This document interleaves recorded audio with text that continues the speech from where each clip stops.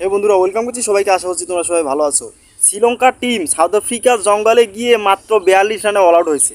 মাত্র 42 রানে all out হয়েছে শ্রীলঙ্কার টিম। সাউথ আফ্রিকা যেখানে প্রথম ইনিংসে করছে 191 রান, অর্থাৎ 200 করতে পারেনি।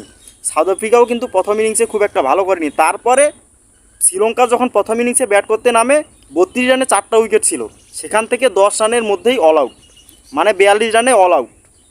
শ্রীলঙ্কা অবশ্য ভালো খেলছিল লাস্ট সিরিজগুলোতে। নিউজিল্যান্ডকে হারিয়েছে, নিউজিল্যান্ডকে টি-20তেও হারিয়েছে, আবার ইন্ডিয়ার মতো টিমকে কিন্তু হারিয়েছে। তারা ইন্ডিয়ার মতো টিমকেও হারিয়েছে টেস্ট এবং টি-20 ম্যাচে।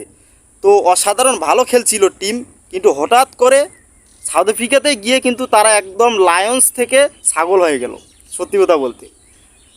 ভরপুর তাদের কিন্তু টেস্ট ক্রিকেটের জন্য যে সিনিয়র প্লেয়াররা দরকার সেইগুলো কিন্তু ভরপুর রয়েছে। তারপরেও তারা কিন্তু 42 রানে অল আউট হয়েছে, যেখানে 32 রান কিন্তু ইন্ডিয়া অল আউট করেছিল। 32 রানে ইন্ডিয়া অল আউট হয়েছিল।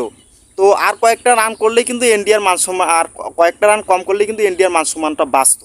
তো তারা 42 রান করেছে। তারপরও 42টা রান করেছে, যেখানে ম্যাক্রো জ্যানসন পেয়েছেন 7টা উইকেট, কাগিসো রাবাদা 3টা। তারা দুজনেই মনে করছে অল আউট করে দিয়েছেন শ্রীলঙ্কা টিমকে।